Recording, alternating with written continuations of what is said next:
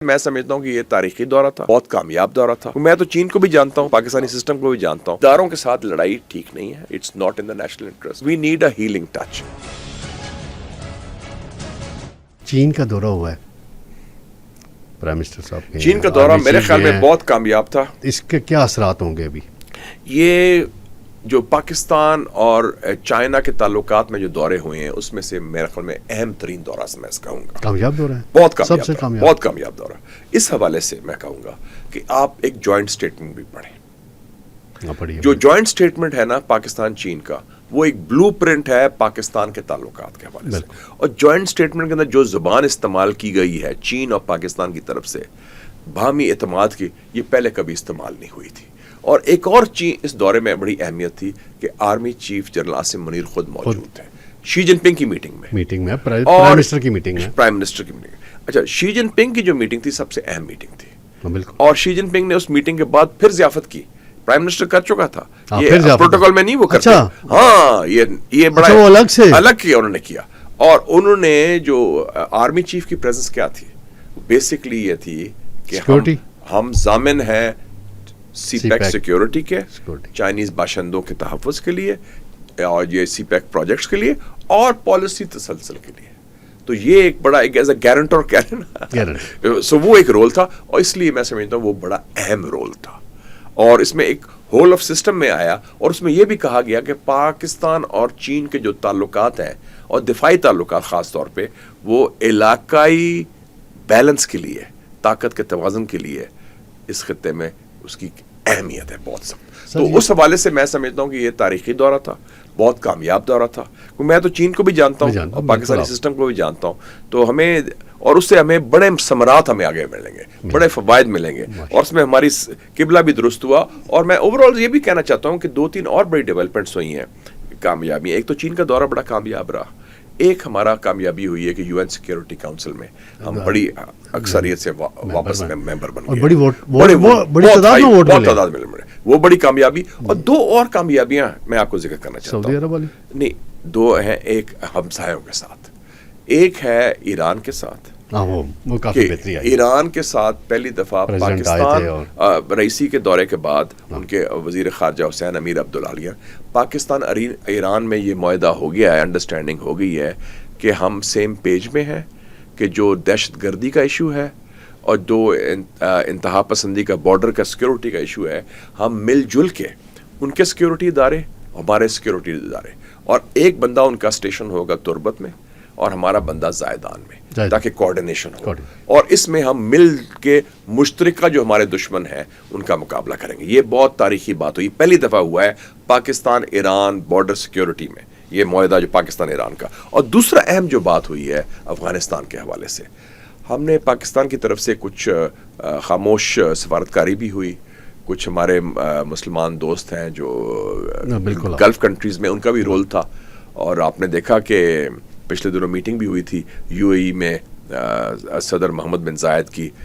وہ جو وزیر داخلہ ہے طالبان کے، سراج الدین حقانی صاحب، ہمارا ڈیلیگیشن بھی ابھی اس کے بعد طالبان کی حکومت نے یہ فیصلہ کیا ہے کہ وہ جو کچھ ٹی ٹی پی کے لوگ ہیں ان کو ریلوکیٹ کریں گے، بارڈر سے اندر لے جائیں گے، تاکہ کوئی پاکستان کے خلاف جو حملے ہو رہے تھے ان کے سرزمین سے اس کا خاتمہ کیا جائے. اس میں چائنا کا بھی رول ہے، چائنا کا بھی مثبت رول ہے، اور ہمارے مسلمان بھائیوں کا بھی مسلم رول ہے، خاص طور پہ خلیجی ممالک کا. تو یہ بڑی خوشائند بات ہے کہ اس خطے میں جو ہمارے کچھ چھوٹی موٹی چیزیں ہو رہی تھی چپکلش سی ہمسایوں کے ساتھ، اس میں استحکام آنے میں، امن آنے میں بڑا فرق پڑے گا.